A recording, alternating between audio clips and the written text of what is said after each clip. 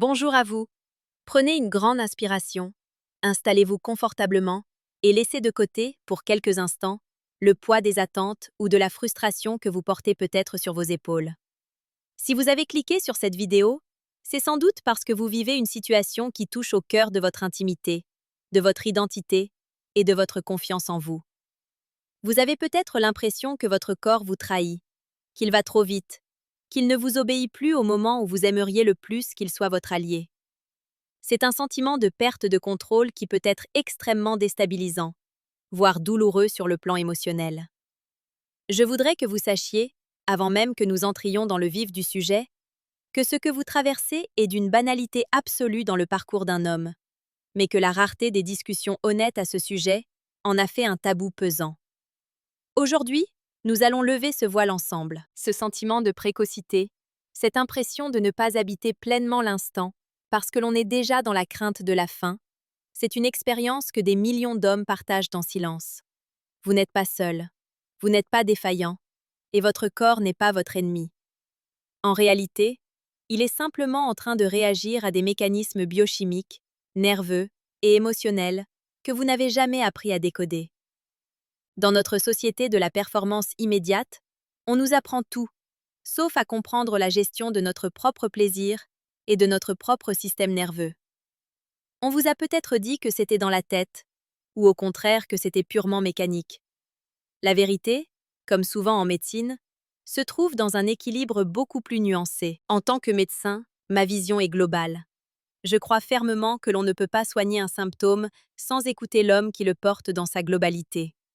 La médecine conventionnelle nous apporte des outils précieux, des connaissances sur les neurotransmetteurs comme la sérotonine, qui jouent un rôle clé dans le timing de l'éjaculation. C'est une base solide, rigoureuse, indispensable. Mais pour que ces connaissances soient utiles, elles doivent être complétées par une approche plus douce, plus naturelle, qui prend en compte votre stress, votre histoire, votre respiration et la manière dont vous habitez votre corps. Mon rôle ici n'est pas de vous donner une recette miracle, car le corps humain ne fonctionne pas avec des boutons on-off, mais de vous donner les clés de votre propre fonctionnement pour que vous puissiez redevenir l'acteur de votre plaisir. Commençons par décortiquer ensemble ce qui se passe réellement dans votre organisme. Imaginez votre excitation sexuelle comme une montée d'eau dans un réservoir. Chez certains, le réservoir se remplit très vite, ou bien la vanne de sécurité s'ouvre de façon prématurée. Pourquoi?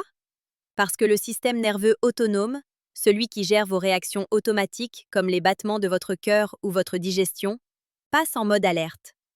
L'éjaculation, d'un point de vue purement biologique et évolutif, est un réflexe. C'est un programme très ancien qui cherche l'efficacité. Le problème, c'est que ce programme ne connaît pas la notion de plaisir partagé ou de durée. Il veut simplement accomplir sa fonction. Quand vous êtes stressé, fatigué ou anxieux à l'idée de ne pas être à la hauteur, vous envoyez un signal de danger à votre cerveau. Ce dernier, pour vous protéger de ce stress, accélère le processus. C'est le paradoxe. Plus vous voulez durer, plus vous stressez. Et plus vous stressez, plus votre corps se dépêche de conclure. Pour comprendre comment reprendre la main, il faut visualiser cette courbe d'excitation.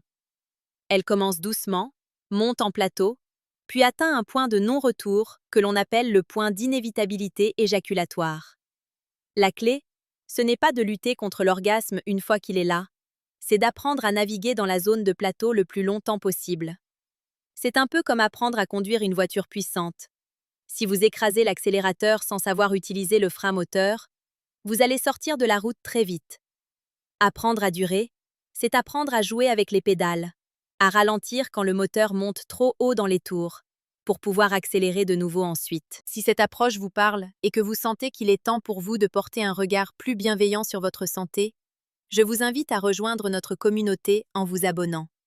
C'est une façon simple de rester connecté à ces conseils et de continuer ce cheminement vers une meilleure compréhension de vous-même, à votre rythme. La clarté vient souvent quand on réalise que l'éjaculation n'est pas qu'une affaire de partie génitale.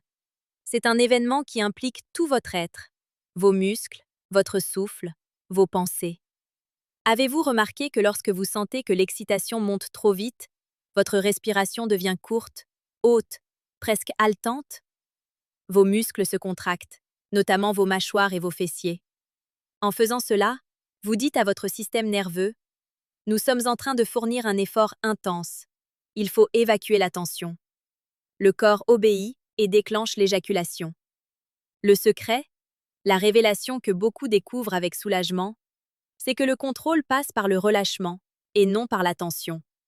C'est contre-intuitif, je le sais. On pense qu'en se contractant très fort, on va retenir le flux, alors que c'est exactement le contraire qui se produit. Prenons un moment pour parler de la cause réelle, celle qui se cache souvent derrière le stress de performance. Nous vivons dans une ère de stimulation constante. Notre cerveau est habitué à des récompenses rapides. Cela a modifié notre perception du plaisir. On cherche le pic, l'apothéose, en oubliant de savourer le chemin. Le contexte de vie joue aussi un rôle majeur.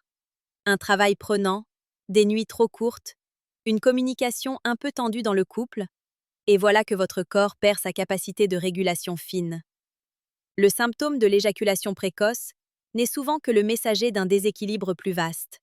C'est votre corps qui vous dit « Je suis en surcharge, je ne sais plus comment gérer cette intensité ». Alors, comment faire pour initier un changement durable et respectueux?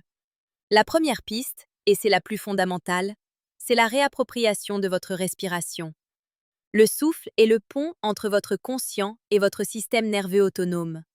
En apprenant à respirer par le ventre, de manière profonde et lente, même pendant l'acte, vous envoyez un message chimique de sécurité à votre cerveau. Vous lui dites « Tout va bien, nous ne sommes pas en danger, nous pouvons prendre notre temps ». C'est un entraînement simple, que vous pouvez pratiquer seul, chaque jour, pour muscler votre capacité à rester calme sous la stimulation. Ensuite, il y a l'observation des sensations. Apprenez à reconnaître les signes avant-coureurs de la montée en tension. N'attendez pas d'être au bord du précipice pour freiner. Si vous évaluez votre excitation sur une échelle de 1 à 10, essayez de rester entre 6 et 7 le plus longtemps possible. Si vous sentez que vous glissez vers le 8, ralentissez, changez de rythme, ou arrêtez-vous un instant pour respirer ensemble. Il n'y a aucune honte à faire des pauses.